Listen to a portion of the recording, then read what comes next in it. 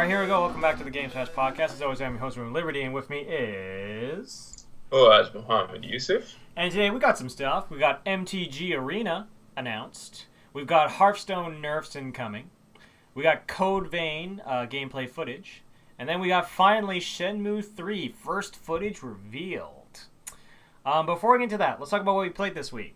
So I basically trucked further through War of the Chosen, the XCOM expansion. Okay. Basically played Have you met the alien rulers yet? Yes. And that went a little less... I think they nerfed some of them, actually. But, I mean, they nerfed the abilities, right? They can't attack during your turn anymore. Yeah, they can move during your turn, but I don't think they can attack. At least when I fought them. Because I fought the Berserker Queen, right? Okay. And I don't know, well, the Berserker Queen might be different. Mm-hmm. But one thing I also noticed was I think the Berserker Queen, they toned down a bit. I think in the original, it had like 5 armor, and in this, it's like down to 3. Really? I think they toned her down a lot, and I was able to deal with her. And honestly, the alien rulers weren't the issue that I had when I was playing XCOM War of the Chosen. It was how to stop the Chosen themselves. Okay, so you've never actually beaten the game XCOM 2, right? No. So this is a little preview of what the final mission is like. So this is where I got screwed, and I didn't think I thought it was going to be a plain Jane, you go in and you take on the Chosen, and it was not like that at all. So basically, I was put in a position in which, I think I talked about this last week, in which the Chosen, over time, they collect knowledge, right? And they need to fill up a bar that fills up 4 pips. And when they get to 4 pips, they launch in your base. And I was put in a situation in which I had 2 options. I could either wait for Bitter Gear and take the assault on the base, right? Yeah. Or I could assault the Chosen before that happened. So I said, sure, why not? I'll take on the Chosen. I think I've got good enough stuff to make this fight. So the fight is so incredibly hard for multiple reasons, and even with my save scumming, like my abusive save scumming, right? The entire mission took me 3.5 hours. 3.5 hours? Yes, it was... That's the final mission, right? No, it's not the final mission. This is the mission to kill one of the Chosen. That wasn't even the final mission. So that was, and this is the reason why it was so exceedingly difficult, because it has aspects of the final mission that make that mission so incredibly hard. So the first part of the mission, you go in and you're like, okay, this isn't too bad. You're exploring this base, you're killing turrets, fighting mechs and whatnot, right? So then you have to find this little area that teleports you to the boss arena, essentially, right? Yeah. So you get your soldiers there, and you teleport to the boss arena, and then you fight the Chosen. So the Chosen is already pretty strong, and then I kill her, and what happens is that her soul goes to her sarcophagus. Okay.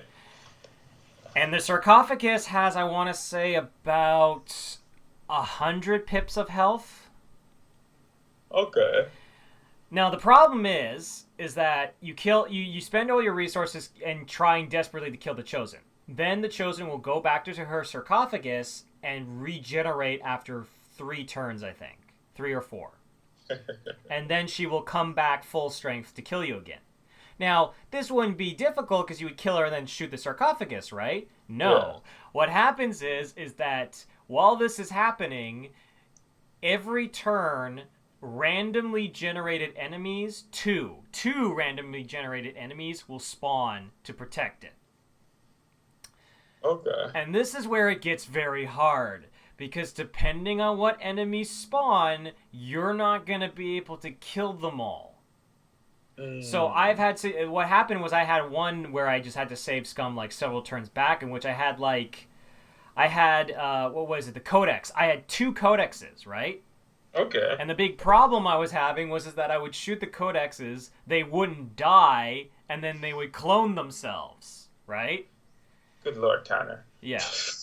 And then I would have it so there would be four codexes, and then I would shoot at the sarcophagus, and okay, whatever, I'll wait till next round. Then the next round would start, and then two more enemies would spawn. So I had a Chrysalis spawn and a Berserker spawn. So I had a Berserker and a Chrysalis flying around the boss arena, and I had four codexes that were sniping all my guys. Oh, damn it, Tanner. And then, like, literally, the only reason I was able to beat that mission was because I got exceedingly lucky, and one of my guys had the 5% chance of insta-killing an enemy. Right? Yeah. So when the Chosen respawned, it insta-killed the Chosen. So that gave me enough time to kill the other enemies and start dealing a massive amount of damage onto the sarcophagus. And then what I had to do was, to prevent another enemy from spawning, I actually hacked one of the mechs, right? Uh-huh. So that actually made it so that there was less enemies spawning when the round started again, and I had the mech essentially walk up to the sarcophagus and shoot itself with a grenade along with the sarcophagus to deal damage to itself and the sarcophagus. It was an intensely difficult fight, and I can only imagine what that would have been like on Iron Man mode. Because that's one of those fights where you literally cannot make a single mistake. Like you just can't. Realistically. I think realistically you're supposed to do that mission when you have like tier 3 gear, right? Okay. I think that's what was supposed to happen is that you get your tier 3 gear. So I think this is my XCOM commander advice to all who play XCOM, is that don't do what I did. Take the assault on the base. Because the assault on the base could not possibly be any more difficult than what I had to do. You think he would have learned from his experience with the alien rulers not to take on bosses without tier 3 equipment. But I guess you're just a glutton for punishment. Like... This is true. I'm a slow learner. Well, my reasoning was I was either gonna fight them at my base, or I was gonna fight them in their base, right? Yeah, sure. I'm gonna fight them at home, or I'm gonna fight them in their home. I wonder which one is gonna be more difficult. Gosh. I know, it's very shocking. But the cool thing is that when you beat the Chosen, you get their gear. Yeah, and their gear is freaking insane. So it better be. So she gets like a shotgun and a blade, right? Yeah. Her shotgun is really, really good. It has like 4 attachments. Oh shit! Okay. Yeah. And I think her melee weapon never misses. Oh shit! So it's like a consistent no, you will never miss with this blade. So yeah, honestly, other than how incredibly difficult the mission was, I'm really still liking the expansion a lot. I haven't done it yet, but there was a really interesting mission. Because what they've done now is they have sit reps, right? Which are basically special conditions for when you do a mission. Mm-hmm. And one of the special conditions for one of them was that this was meant to be a low, almost we've got to send people who are not known. Because all of my lieutenants, my colonials, my majors, they are all on the hit list for Advent. So everyone knows who these people are. So I had this one mission where it's it has to be sergeants or lower. So I'm doing a mission slightly near I want to say mid game with only sergeants and rookies. So I'm very excited to see how that mission turns out. It's either going to be hilarious or it's going to be a mess. Wait. So the Advent gets info on your soldiers and. Well, I think it's kind of like the area is. I forget the reasoning behind it, but it's essentially your colonials are so well known that they've gathered enough intel on them to know where they are currently located. So you can't bring any of your lieutenants, majors, and so on and so forth. Oh, okay. So it's kind of like bring your smaller guys for this mission. But I think it's probably toned accordingly. So I'm not going to be fighting against friggin' sectopods or anything ridiculous like that. But that's basically what I did this week. What about you, Fawaz? Honestly, mostly just Overwatch. I'm still playing ranked, and I'm still wondering why I'm playing ranked. It's just... That's like every week with you. Yeah, honestly, it's I haven't climbed at all this season. I started the season out 2,700, and I'm at 2,500. I've practically fallen right out of platinum. I'm on the cusp. If I lose like 3 or 4 more games in a row, I'll fall back down to gold. It's not been a good season. I mean, I don't know. Like, on one hand, my goal for the season, that's been going well, but I don't know. Maybe focusing on that is making me not focus on actually playing the game well.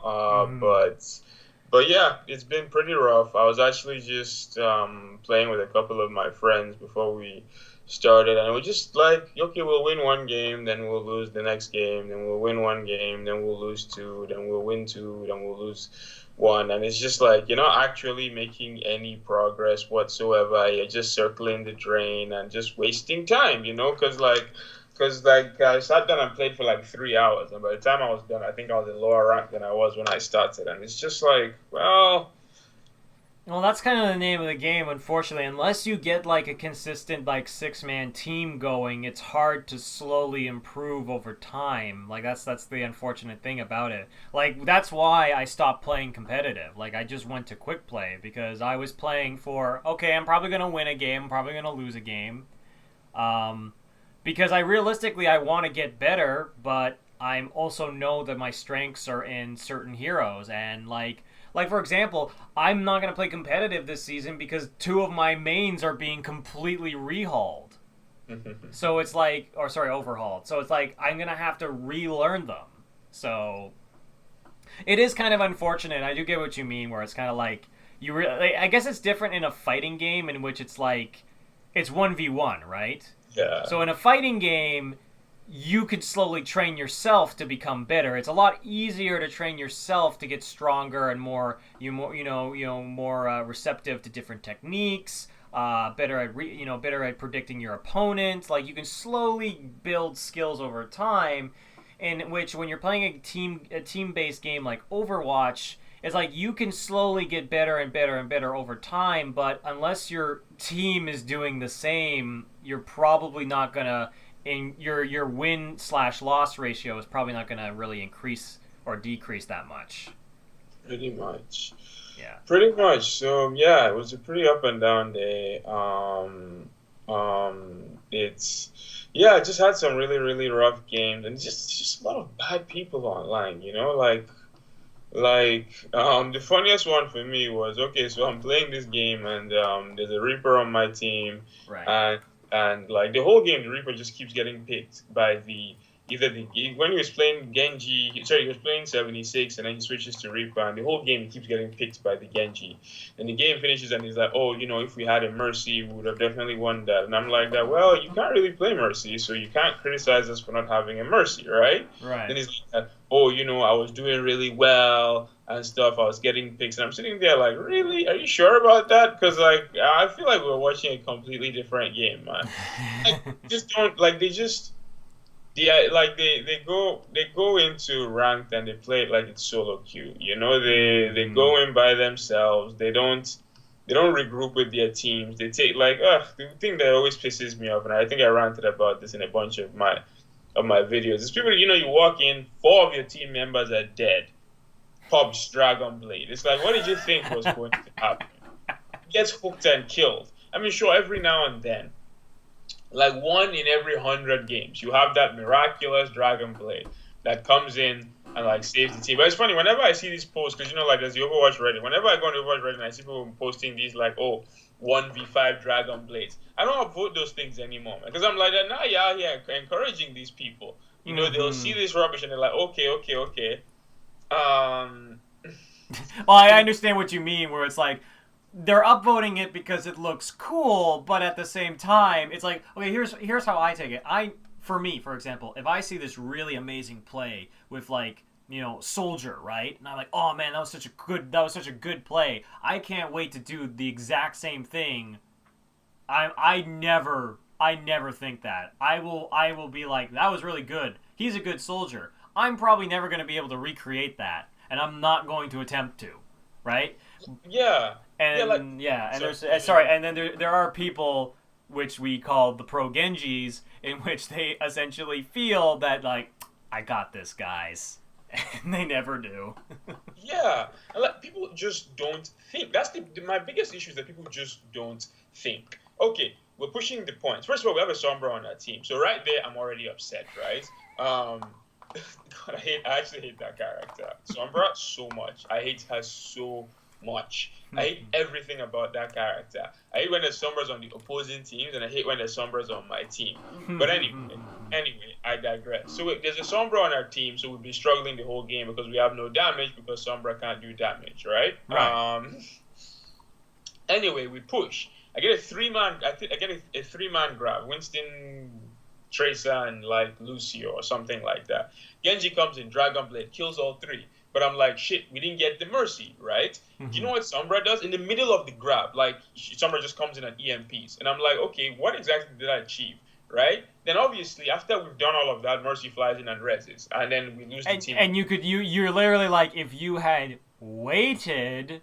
Just wait. Literally read the situation. We did not get the Mercy in the grab. She's hiding somewhere with her resurrection. Stand right there. The second you see her flying, hit triangle, hacked Mercy, we win that team fight, right? But then that's not like there's two issues here, right? The number one that I have, and this is something I see a lot, is that people they see a Graviton surge and they're like, I have to pop my ult. I have to pop my ult. Like there was this one game, I hit a grab, it pulled 5 people off the bridge. So we didn't even need follow-up, right? Genji pops his ult, Anna pops her ult, 76 pops his ult. And I'm like, for the love of God, people. And this is why people hate Mercy so much, because they're idiots. You come and pop 4 ultimates to get one team fight when Mercy comes in with 1 ultimate and undoes all your work. Because I'm like, if you need to pop 4 ultimates to win a team fight, you didn't deserve to win that game anyway, right? Yeah. It's like, I mean, part of it is just communication. And like, it pisses me off so much, man. Like, there are people that don't even get into team chat.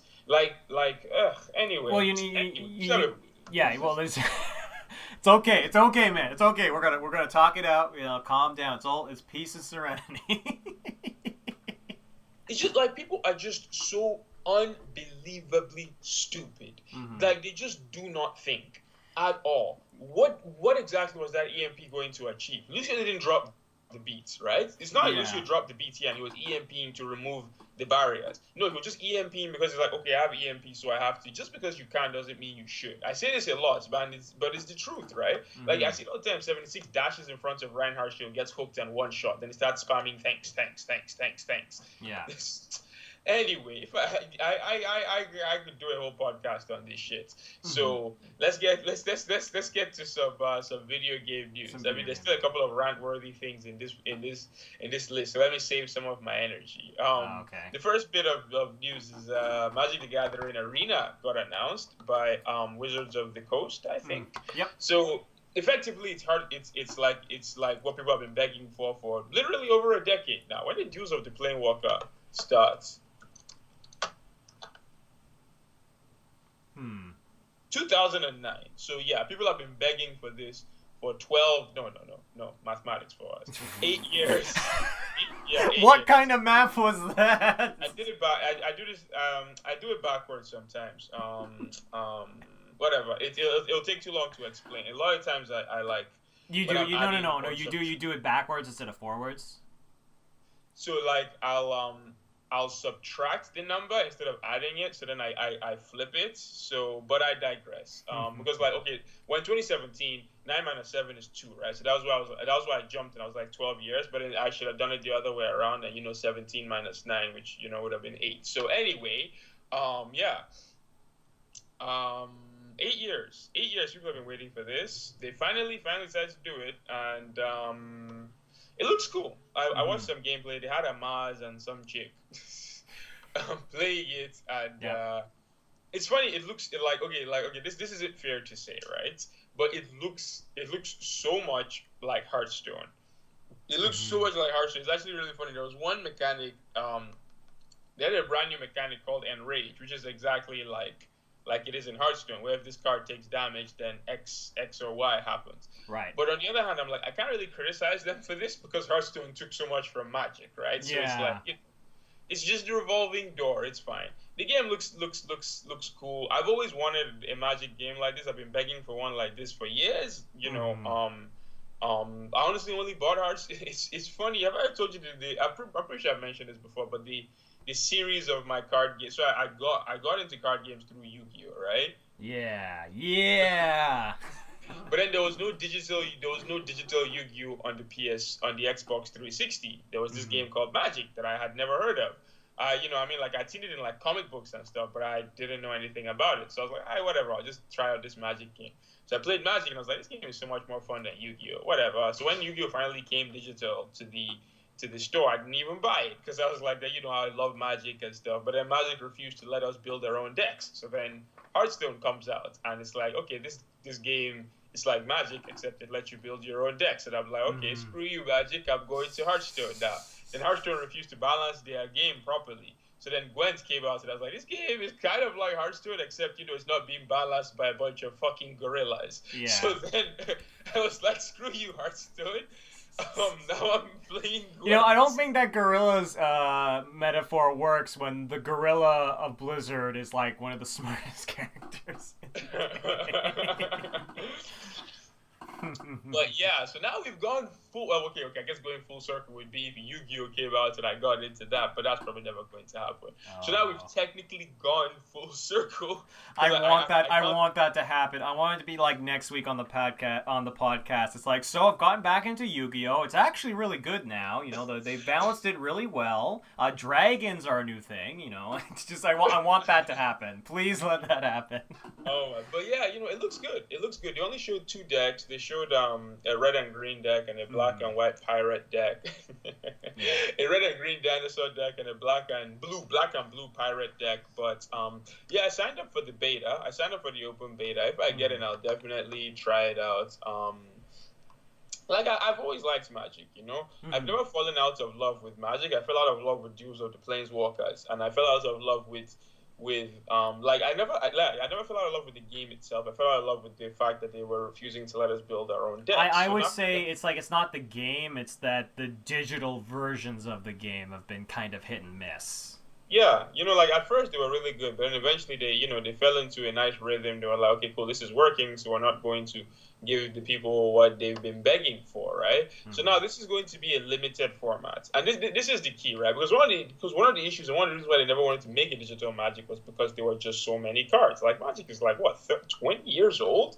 There Yeah. was way too many cards. Yeah, 1993, 2017. It's 25, 20, yeah, yeah. 24, 25. Yeah. Yeah, so like it's so old. There's so many cards. So this game is going to have the newest expansion. I can't pronounce Hmm. it. Ixalan, however you pronounce that. So it's going to have a limited set, which is like such an easy solution to the quote Hmm. unquote problem that they have been saying was the reason why they could never make a digital Magic. It was just give us a limited set, and that's exactly what they're doing. So you don't Hmm. have to deal with Baneslayer Angel or Yeah. I find that card's not even that overpowered. Or anyway, there's a bunch of Well, like what it seems like they're doing is that because there's a lot of different formats that you can play Magic in, and they're those like, okay, this is flat out. This is only going to be standard because it's the best way to balance this digitally, like yeah, realistically. And it does give them some opportunities because if they want to, they can reprint cards in this digital format. yeah, And yeah. and I know I know that because I've talked to because I've actually gotten back into the physical card game, right? Mm, And me and my buddy, we talk about it a lot, and he says that like they are focusing a lot more on trying to make really good standard sets that are built for standard and aren't like don't have broken combos for the most part. And usually, if anything, they are really quick to either ban or change cards. Like I think there was one card. I think they were calling it the Infinite Cat combo. I think at one point that's what it was called.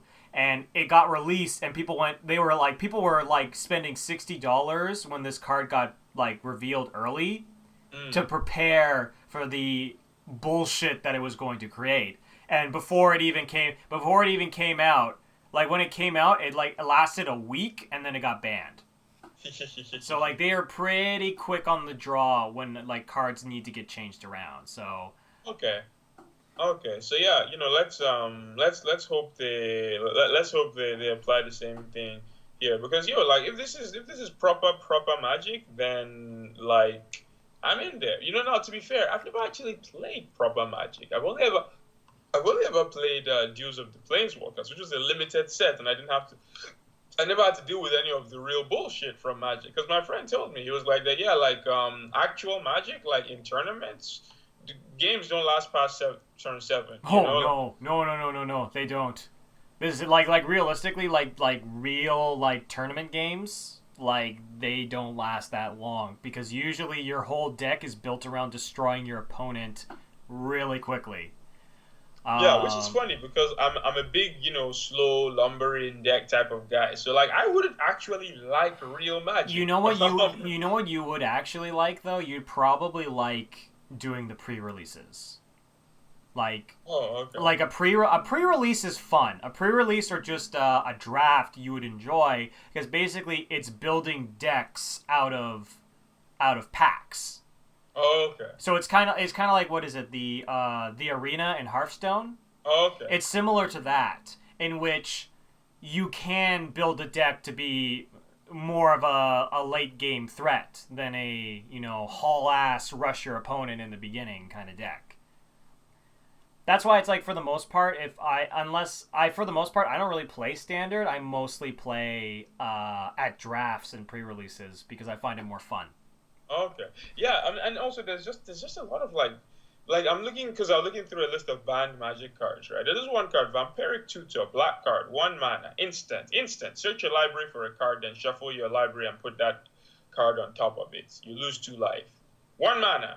1 mana to tutor any card in your deck to the top of your deck. I mean, sure, 1 mana and 2 HP, but whatever. 1 mana, and it's an instant. Yeah. So you can play it on your opponent's turn. Yeah. Wait. There's some broken stuff. Like the one card that I have that's ridiculous. It's a 3-drop. It's a zombie, and it's a 5/4. And when it comes into the battlefield, you have to put 2 -1/-1 tokens on a creature that you own, right? Mm-hmm. So what you do is that when you're playing zombies, you place it on a zombie card, Dread Wanderer, that you kill it, and then you just have a 5/4 on the battlefield, and it has Menace, which means it's turn 3, you have a 5/4 of Menace, and Menace basically means that it can't be blocked unless you block with 2 creatures. So turn 3, you have a 5/4 that can potentially not be blocked. And you're just killing something that you can just bring back next turn anyway. So there are some pretty deadly combos that you can do in Magic, for sure. Oh yeah, one last thing, the adding Planeswalkers. That's one thing that Duels of the Planeswalkers, ironically enough, never had, was the Planeswalkers cards themselves. Mm-hmm. So the adding Planeswalkers to this, and all in all, there's no word on a release date yet. Took them way too long, but better late than never, I guess. And I signed up for the beta, looking forward to hearing more of this game. But to go from one incompetent company to another. Hey. Yeah, the great minds over at the Blizzard Hearthstone team finally decided to nerf a bunch of cards. Now, the reason why this list makes me laugh, right, is that, like, over, I want to say 80% of the cards getting nerfed here are cards that were launched with the game. So Innovate got nerfed, and for those that don't know, so Innovate was a 0 mana card exclusive to Druid. you paid 0 mana and you could gain 2 mana for that turn only. So it allowed Druid to be able to smooth out their curve really well. You'll have an opening hand with a 5-drop and a 4-drop. You play Innervate on turn 3, play your 5-drop. On turn 4, you play your 4-drop, and then on turn 5, you probably have another 5-drop at that point. It also helped that they had like beefy ass creatures like Druid of the Claw and all these other powerful cards. Yeah, so they made it 0 mana, gain 1 mana this turn, so it's pretty much just a glorified coin now. I don't know. We'll see if people still run it, but yeah. Then Fiery War Axe. I don't understand why they did this. So Fiery War Axe was like the signature card of Warrior. Yeah. It was one of the best weapons in the game. And a lot of people always it was nicknamed Fiery Wind Axe because if you had it in your opening hand against certain decks, you just won, and if you didn't have it, you didn't win. So they made it cost 3 mana now because of reasons. Okay, I think the reason why they did it was because of Pirate Warrior, right? So Pirate Warrior was an aggressive archetype for Warrior, and then paying 2 mana to deal 6 damage, right? Yeah, 2 mana for 6 damage. When you think of it that way, because Pirate Warrior was a very aggressive warrior, so like Fiery War Axe was very, very overpowered in there. So Blizzard, being Blizzard, instead of nerfing Pirate Warrior, they nerfed Fiery War Axe, effectively severely crippling Control Warrior, the archetype that people have been playing for like over 2 years. Yeah. So I don't agree with this change at all. But keep in mind, my opinions of all these cards are borderline irrelevant because I haven't played Hearthstone in like almost a year and a half. Yeah, I haven't touched the game. I think the last time I played it was during the Spooky expansion. What was it? The one where the Ramus? No, the one with the guy, the Whispers or something. Oh, Whispers of the Old God. Yeah, that was the expansion that killed Hearthstone. No. The last expansion I played was One Night in Karazhan. Yeah, see, I didn't even play that. Like, I didn't even get to that. I saw the trailer and it almost brought me back, but then I was just like so swamped with all these other games, I just never went back. And then at that point, I was just like, you know what? I don't really think I need to go back. Yeah, honestly, for me, it was Standard. The Standard was what killed Hearthstone for me. I joke about, because like the last day I ever played Hearthstone was when I got Yogged, because I told Jason, he was like that, for us, I hope one day you get Yogged. And I was like, and I told him, I was like that if I ever get Yogged, I'm never playing this game again. And I got Yogged and I was like, I'm done. But the reality is that what really killed Hearthstone for me was Standard, because when they brought about Standard, they killed like 4 of the decks that I played. They killed every deck that I played. I used to play mid-range Warrior, Secret Paladin, and Handlaw. All 3 of those decks got killed with the introduction of Standard and the patch that followed, because they nerfed multi-giants in that patch as well. One of the stupidest decisions a team notorious for stupid decisions has ever made. But don't even get me started on that. But yeah, Fiery Wind Axe is it's effectively a worse version of Eaglehorn Bow, which is stupid because Warrior was maybe this is something I made up in my mind. But what I noticed with the cards that they released, Warrior always had the better weapons. Their weapons were like objectively better than other classes' weapons because they're the goddamn warriors. It's the same thing with mages. Mages always had the better spells. Their spells were objectively better. Like, you look at the math on the spell, and it's like Fireball was 4 mana for 6 damage versus Fire Blast on Shaman, 3 mana for 5 damage, Overload 2. The spells were just always better. There was a few exceptions here. They're the same thing with Warrior. Their weapons were just always better. Fiery War Axe was insane. What was the other one? Death's Bite was insane. Gorehal used to be a standard, and now they've killed Fiery War Axe. So we'll see what happens. But yeah, it's effectively just a worse version of an Eaglehorn Bow now, which is ridiculous when you think about it. But hey, we'll see. The other card that they nerfed was Hex. What did Hex do? I forget. So Hex was a 3 mana spell that transformed a minion into a 0/1 frog with taunt. Like in Control Shaman, in the Control matchup, this card was borderline overpowered. Now, like I said, once again, I'm judging the game based on what I used to play. The game is probably completely different now, but I just know that there were a lot of really, really powerful cards in this game that Hex trivialized. Savannah Highmane was one of the strongest 6 drops in the game. 6 mana, 6/5, Death Rattle, spawn 2/2/2 hyenas. Hex trivialized that card. For half the cost, it turned it into nothing. Because Hex ignored Death Rattles, right? Yeah. So powerful cards like Hex ignored everything. So powerful cards like Tyrion, 8 mana, 6/6 with Taunt, Divine Shield, Death Rattle, spawn a 5/3 weapon, right? Tyrion is hands down one of the best legendaries in the game. Unless your opponent has a Hex. Yeah, basically, yeah. Then you paid 8 mana. Well, I guess let's say 5 mana because, you take the cost of 2. Then you effectively paid 5 mana for a 0/1 frog with taunt. So, I don't know. We'll see. Because as strong as it was, Shaman had never been overpowered because of Hex, Like, the only time Shaman has ever been top tier, in my experience, was when they introduced Aggro Shaman. And Aggro Shaman didn't run Hex. It's... I don't think we've actually said what the change to Hex was. Oh, they made it 4 mana now. Oh, it's for just more mana. Okay.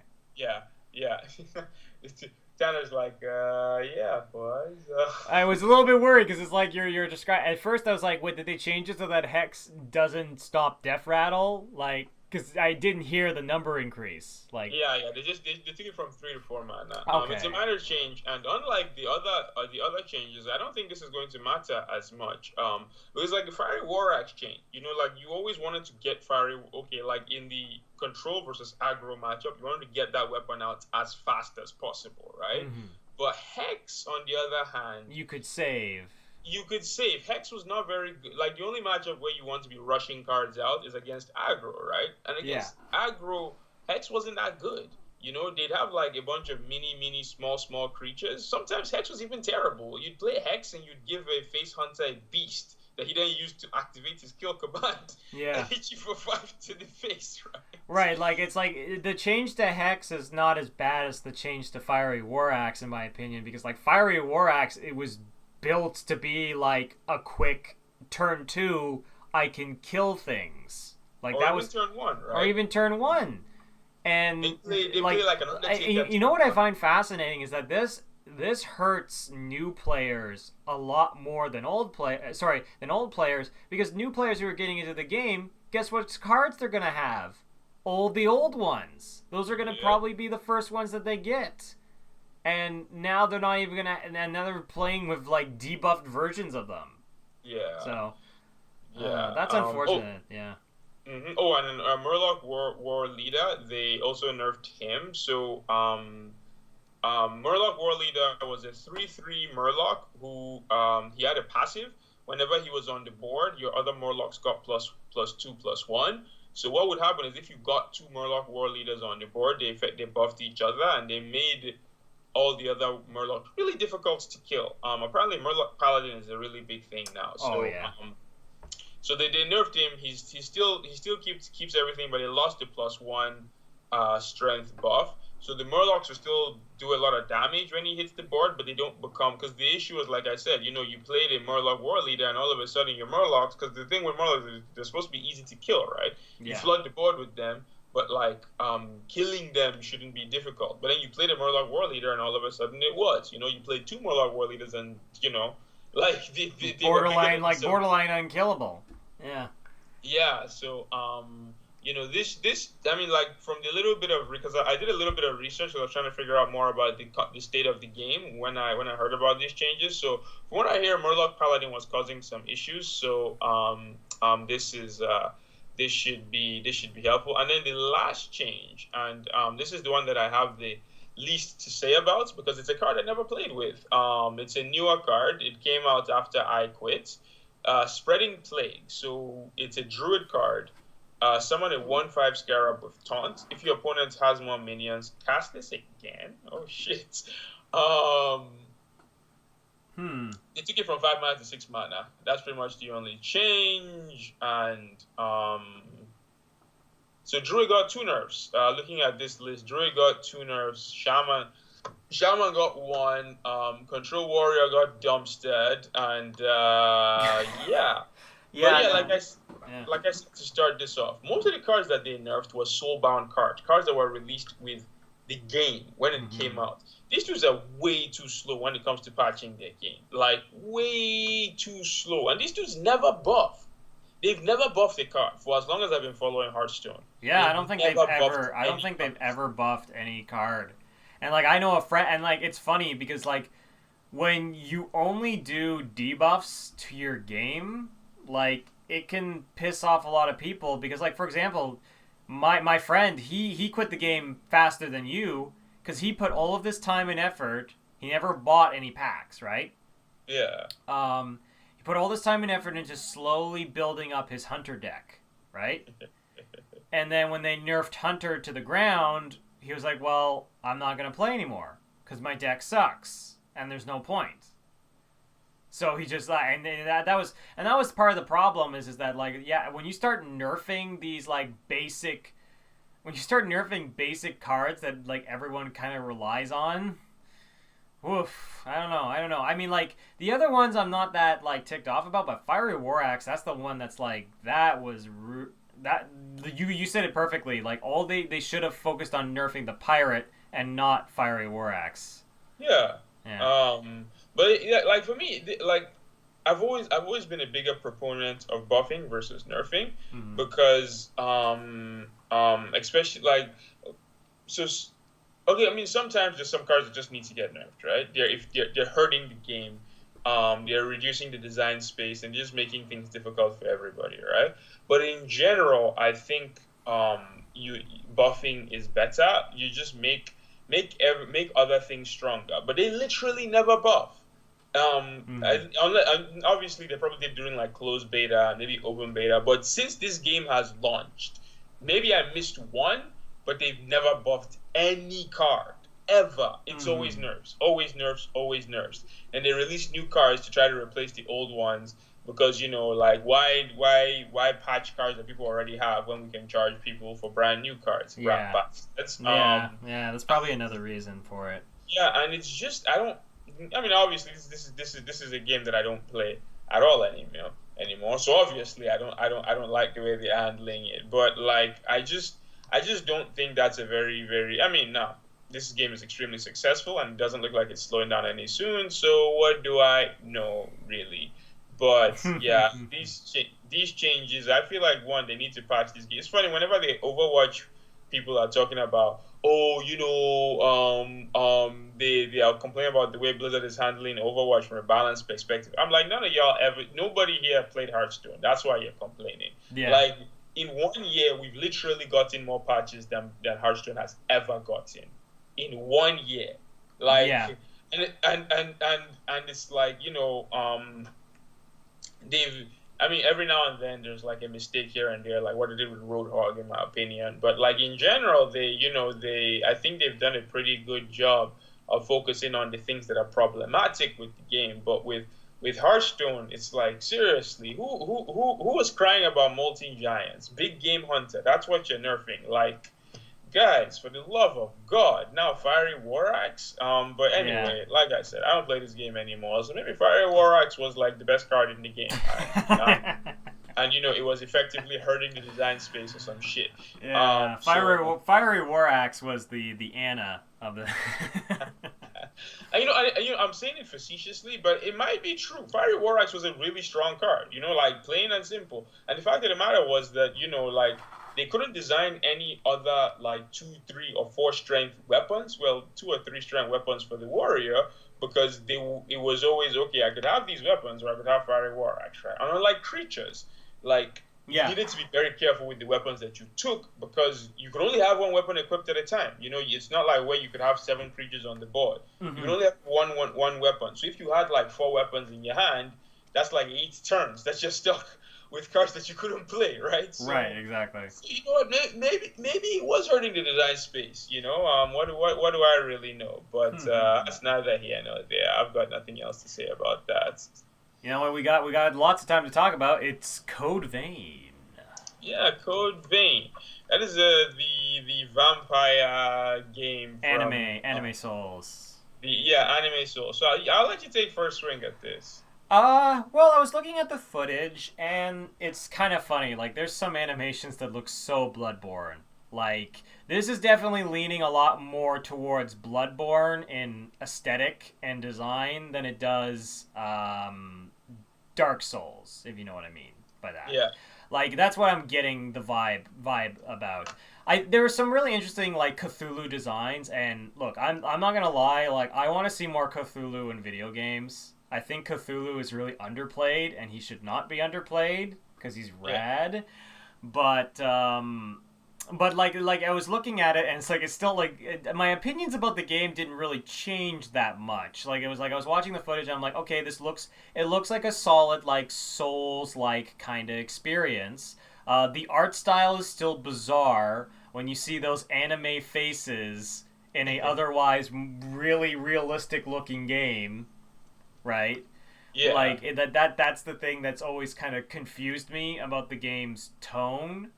And what I like about it is that like the developers are saying that they want to make the game. They know that people are comparing them to Bloodborne and Dark Souls and whatnot. Like they are fully aware of it. And what they're trying to do is that they're trying to make their game different, right? Yeah. They're trying different things, which is something that I applauded Nioh, right? Nioh's biggest strength, in my opinion, was what it changed to the Souls formula. Like how you had more control over your move list, how that game was a lot more brutally difficult and you could get punished for just spamming like an idiot a lot more. Like there's a lot more overall gameplay things, or like the fact that you had complete control over how your lock-on worked, which is something that the Souls games have never given you customizable control over, right? Yeah. So it's like I liked what Nioh did different than the Souls games. That's what I enjoyed about it. So I'm going to give this one a chance and see what it does differently at release.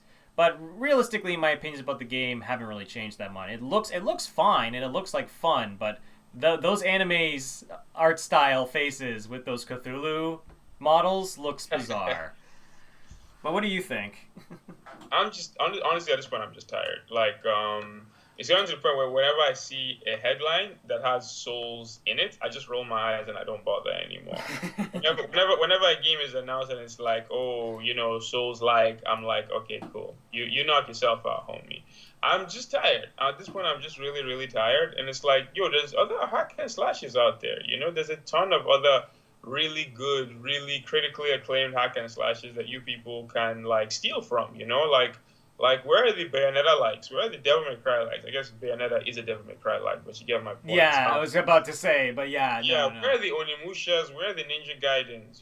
Like even God of War, which is like a second string the B tier hack and slash. I'd still prefer like more games trying to be like God of War than like literally every new hack and slash that someone reveals is oh hey look at how we're taking it's funny because like there's a lot of mechanics to how the Souls games are made, but I think the thing that makes people want to do them is that the style is actually like cost effective, if you know what I mean. There are corners that the Souls games cut in presentation wise that it is baffling that they get away with. And to somebody who is pitching their game, if they are pitching their game that it will be cost effective, that is definitely something that they can sell, right? Yeah. Like how you were complaining about Nioh having reusing a lot of models? Yeah. Like that's a cost-effective choice, right? And I think that's part of the problem is that's why you probably have a bunch of people who we want to make the next Ninja Gaiden or we want to make the next Bayonetta, but being more cost-effective, it's easier to a certain extent to try and make a Souls-like game, I guess. I mean, Dark Souls doesn't reuse enemy models. I can't speak for Dark Souls or Dark Souls 2, but Bloodborne and Dark Souls 3 didn't reuse as many assets as Nioh. Like, not even half as many assets. Well, not even that, but think about corners, for the fact that not a single person in that game actually moves their mouth when they talk. I mean, that's fine. I don't know. It's not fine, Fawaz. It's the biggest complaint that I've had about the series since day one. I I think this is a bit of a straw man argument here. So what you're saying is that Dark Souls is a cheap game to make. No, right? what I'm saying is that it's cost effective. I'm not saying it's cheap. I'm saying it's cost effective, in which it is a cost effective choice to make it so that those models just stand there and don't move and don't emote and don't do anything. It is. But even with that said, that's not the element that all these games are stealing from. You know, that those aren't the elements. I mean, Neo reused a lot of enemies, but like I said, they didn't steal that from Dark Souls. They did that themselves, you know. They also made like fully animated cutscenes, something that Dark Souls doesn't do. You know, Code Vein is animating their characters probably. This is true. Like that's actually one of the things I like about Code Vein is that it looks like it's actually animating their characters are animated probably quite a bit better than Dark Souls actually. So no, I don't think that's what people are like. Here's the thing. Me personally, I'm just tired of the gameplay. I'm tired of the stamina management. Oh, this, that, Dark Souls-y type gameplay, right? I mean, sure. If Bloodborne 2 gets announced today, I'll buy it tomorrow. I'll buy it. But you know, like I'm just like, you know, there's more. There is. No, I do agree with you in the sense where it's like, yeah, it is a bit. I think it's also the tagline has gotten super tiring because every person does it now. Every single like marketing, it's like it's the Dark Souls of shooters. It's the Dark Souls of rhythm games. You know, it's like it's so like overdone and stupid. And it's one of those things where it's like the tagline is what's hurting it. I feel like the tagline is hurting your enjoyment of it a lot. It's definitely a contributing factor. Yeah, more so than the games themselves. You know, I feel like it's just like, guys, come on. You know, like here's the thing. Even if you're copying Dark Souls, right? You don't have to. Like everything is a Souls like now. You know, like for the love of God, you know, it's the same shit I did with Call of Duty. You know, like Call of Duty, Modern Warfare was amazing, and then literally every shooter had to copy Modern Warfare to the point where even Modern Warfare has gone back to World War II. Yeah. You know, like, and that's exactly what they're doing now. Oh yeah, you know, this one hack and slash came out and it was really successful. Oh, and it was also really difficult. So now everybody's just going to copy that, and I'm just tired of it, man. I'm just tired of every game being labeled as a Souls. Like, thank God for Nier Automata, a game I still haven't bought. But I can probably lend it to you when I finish. Like, I don't mind doing that. I just have to finish it. That's the problem that I'm having right now, is that, like, fuck. How am I supposed to beat this, like, 40-hour game? Is it really that long? Well, you have to... Okay, here's the thing. If you want to beat the game, I have technically beaten the game. If you want to get the true ending really beat the game, it's going to be 40 hours because you're beating it 4 times. So it's one of those things. I could probably lend it to you and you could get ending A and you would probably be fine. But the problem is that I'm an anal guy in which it's like, no, I have to know how this shit ends. I need to know the truth. I can't just get the normal ending in Persona 4 and just call it a day. I have to get the true ending. But speaking of things that people are getting tired of, Shenmue 3 got some solid quality footage revealed. Yeah, so they revealed the trailer for Shenmue 3 at Gamescom. We should have spoken about this a couple of weeks ago, but whatever. Better late than never, I always say. Hey, that's the Game Smash podcast mantra. Better late than never. So yeah, the footage got revealed, and it looks like shit. Okay, maybe shit is a strong word. It looks like crap. Whatever. Wow, that's such a huge difference from us. Thank you for making that distinction. No, because I was gonna look for something else, something a few steps higher than crap, but then I was like, whatever, I'm just going to stick with my first option and say this game, it looks like shit. You know, the facial animations are awful, and the actual animations are even worse. And like, here's the thing that I think a lot of people didn't think of when Shenmue 3 got announced, right? So we all get caught up in, I want Shenmue 3, I want Half-Life 3, I want this, right? But what a lot of people forgot was that when Shenmue was revolutionary because of a couple of things. You know, it was one of the first video games to have dynamic day and night cycles, right? Mm-hmm. It was one of the first video games to have like a living, breathing city. You know, NPCs who like didn't just stand around waiting for you. You know, like the Dark Souls NPCs. They would actually go if you came. Are you saying that Shenmue 3 was the Dark Souls? You know, if you came at the wrong time of day, their store would be closed and the dude would be at home. You know, they had their own like lives that they lived, right? You know, it was one of the first games, for better or worse, that used quick time events to make like cutscenes more interesting, right? Yeah. A lot of the things that made Shenmue a big deal back in the day are not big deals anymore. If you come out with an open world game and you're like, yo, check out our day and night cycles, it's like, okay. Now every game, you know, like that's not much of a feat anymore. Literally there's fighting games that have day and night cycles. Yeah. No, you do bring up a good point. Is that Shenmue was always in a difficult position in which it's one of those difficult positions in which people have been begging for 3, and at the same time 3 probably would have been better to have come out sooner than later. Yeah.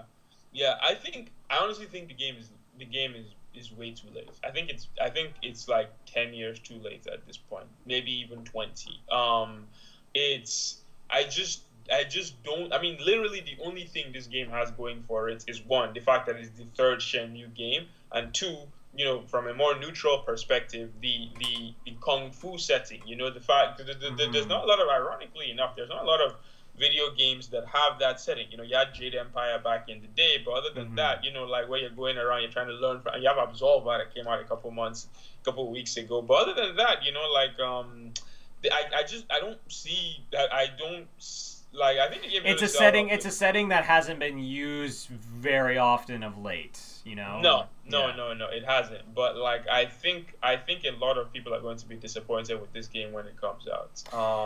The biggest problem I had was that there's something about his face, and but that's it's a bigger problem in the sense where it's like, yeah, his face looked like that in the original game, but it doesn't look, it looks weird by today's standards. It's kind of like one of those things where it's like when you're looking at video games from an older era, there's certain things and how they animated models that you kind of accepted because that was the best that they could do.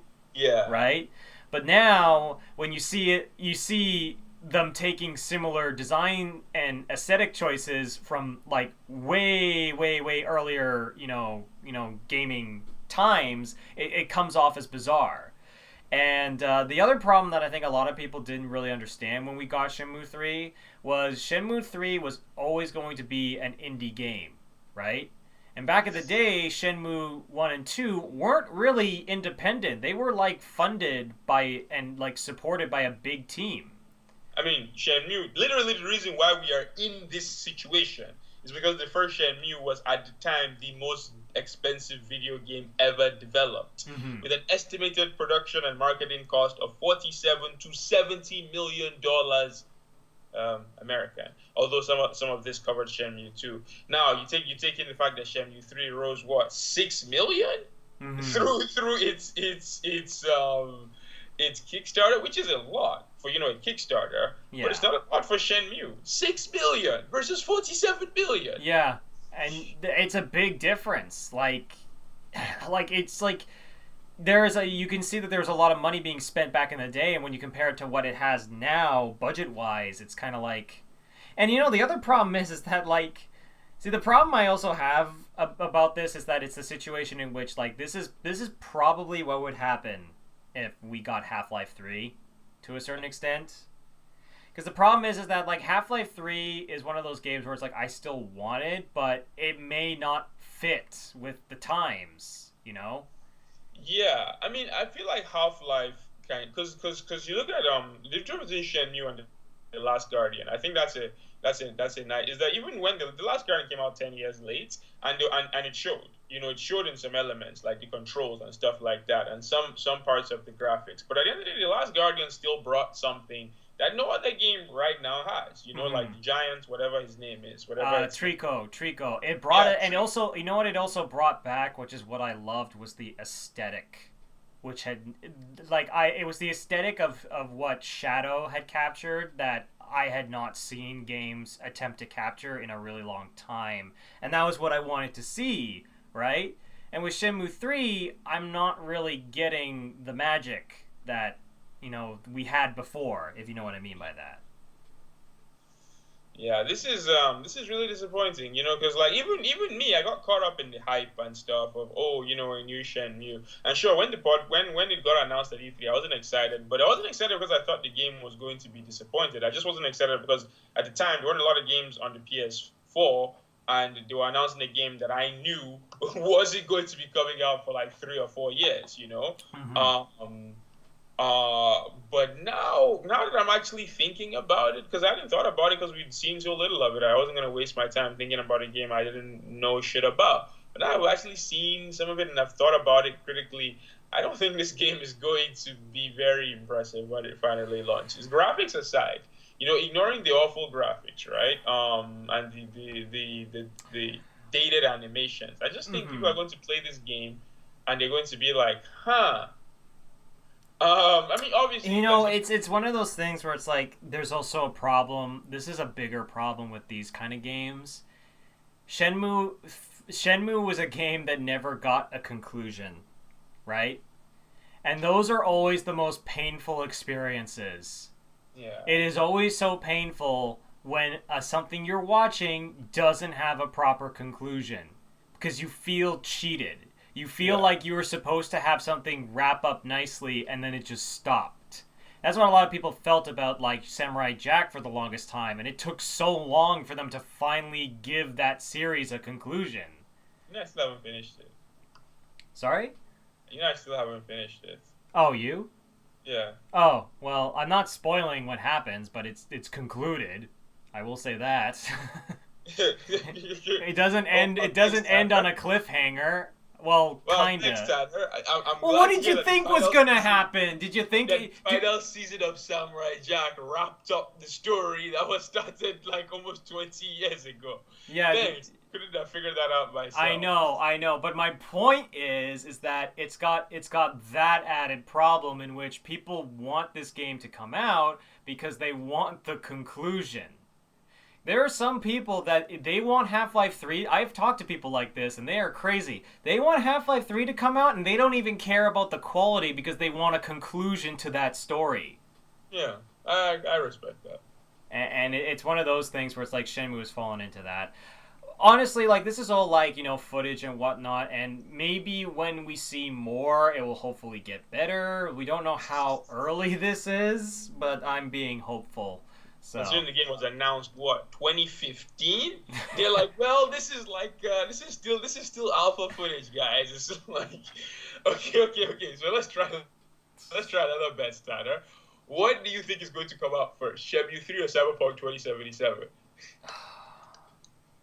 That's a good one. No, I thought about it, and now I'm thinking about it more. No, Shenmue will most likely come out before Cyberpunk comes out. Really? Because I'm leaning towards, I think Cyberpunk is going to come out. You think Cyberpunk is going to be announced, didn't you bet that Cyberpunk was going to be announced this year? Yes, I say it every year. So okay, yeah. Eventually I'm going to Eventually you're going to be right, okay. You know what, I'll take that bet. I think Shenmue 3 is going to come out before Cyberpunk. Well, you still haven't, done, like the last bet that I won. Let's just throw this out real quick. I won nothing. You won nothing. Well, listen. I was saying that you were gonna force me to play Street Fighter V, but apparently I live so far away, like just miles and miles away, that you can't come over to record a video with me. Okay, how about this, Dana? If it's not so far, why don't you come to my place to record a video with me? Oh, okay. Is the gauntlet being thrown now? Is it like the gauntlet is being thrown now. My question is, do you have a proper, computer and not a fucking piece of shit, Mac? Wow, shots fired. I don't know. I'm the one who's been, I upload videos on the channel, regularly. and I haven't heard any complaints about it. So hey, you know, Uh, we're all friends here, folks. We can ride the bus for 2 hours to come slap the shit out, come slap the taste out of your see. mouth. That's what that would be the moment. It's like I gotta go fucking slap Tanner in the face. It's time for me to take the bus. This is worth the trip now. It wasn't worth the trip before, but now it is. 3 hour trip both ways just to slap him across the face. Oh god. Well, that's Shenmue in a nutshell. We kind of trailed off a bit. Just a bit. Just a bit. But before we wrap things up, why don't we take our question of the day from the wonderful J Streets, That's J Streets. and he's asking us, what are some of the most overpowered moves or weapons you've experienced while gaming? Do you want me to take a swing at this first, or? Yeah, you go first. Okay. Well, I've got one that I can think of off the top of my head, and it's from Dark Souls 1, right? Surprisingly. So there is a weapon in the game. It's called the Drake Greatsword, right? Okay. And what happens is that early on in the game, you can find this dragon that's sitting on a bridge, and if you take a bow and you shoot the tail about 114 times, it will knock the tail off and you'll get the Drake Greatsword weapon. Now, the thing about this Greatsword is that you're really not supposed to be able to get that sword that early on, right? So when you get that weapon, you essentially will blow through the beginning of that game. If you upgrade it and build towards it, like this is the comparison. Upgrading the Greatsword, this Greatsword 4 times is the equivalent of a weapon that is upgraded like 8 times. What's it called? Dragon Tail Greatsword? I think it's like the Drake Greatsword or the Dragon Tail Greatsword. I know where I'm not sure the exact name of it, but you get it from shooting the Drake in Dark Souls 1. And it's funny because one of the biggest Dark Souls or Souls YouTubers, Vatty, who makes the Prepare to Cry videos, he talked about how he called it the fun killer because it basically makes the beginning of that game a cakewalk, which to him defeats the whole point of that game. So it's like that's one that kind of comes to mind. It's like the Fume Ultra Greatsword from Dark Souls 3. Which was also completely overpowered. Yeah, it's probably very similar. I'm trying to think of any other ones that off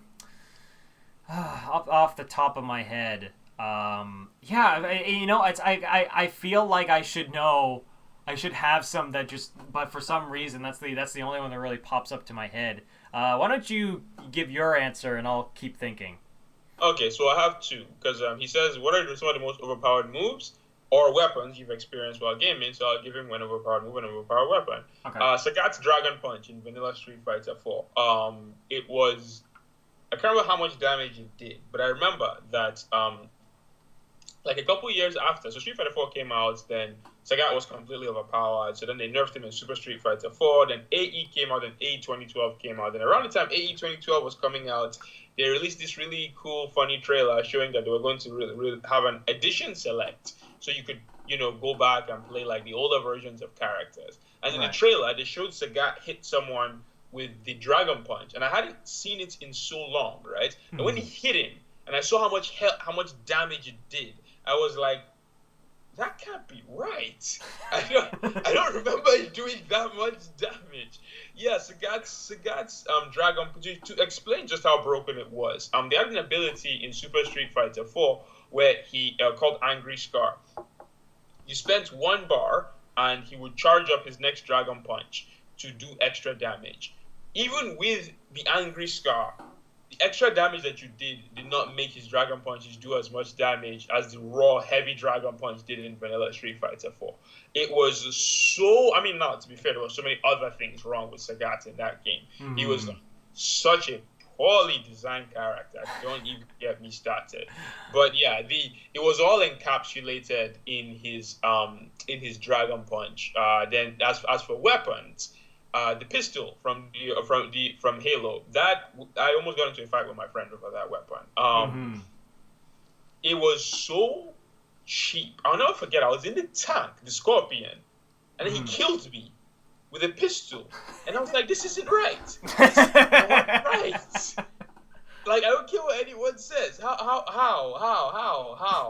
Sway? I'm sitting here in this tank, and you just like pop me with the It's pistol. like the equivalent of like that scene from Saving Private Ryan where Tom Hanks is shooting at the tank and then it just blows up.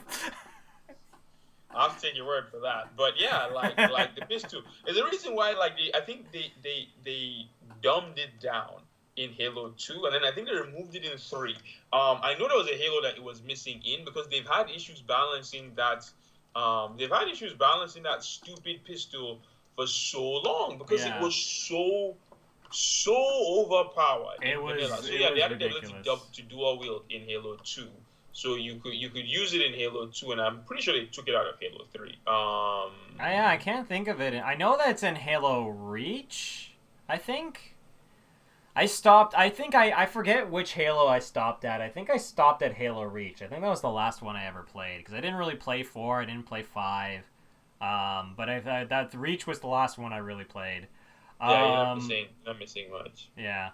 I was going to say, you talking about moves, I actually thought of one that I think is super overpowered, which is basically Fox's Smash.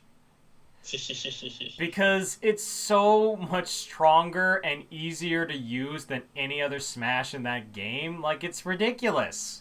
Because basically what happens is that in Super Smash Bros., you hit the Smash Ball, and you're as Fox, and the other the clone characters count for this as well, right? And then he calls in Landmaster, and he drops in with a freaking tank. And when you're playing on Final Destination, the tank is almost the size of the entire battlefield. So one, you have very little room to maneuver. He can shoot at range with an attack that deals massive damage. And the easiest way to kill people is to simply just fly them off the map. If they try and jump over the tank, you just pick them up and fly them off the screen. So it's almost impossible to clutch dodge a Landmaster Smash move. It's almost impossible to. Basically, when Landmaster gets called, you just accept the fact that you're going to die. Just don't even bother. You can try and maneuver around it, but you're most likely gonna bite it. So that's the one that I can think of. But yeah, no, great question, J Streets. And if you got questions for us, don't forget to leave them in the comment section. And make sure to leave can't talk today. And we'll make sure to answer in the next podcast. And as always, this was your host, Room Liberty, and...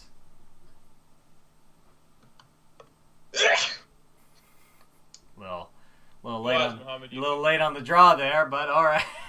It's all right. No, it's fine. Better late than never is what I always say. And we'll see you guys next time. Take care.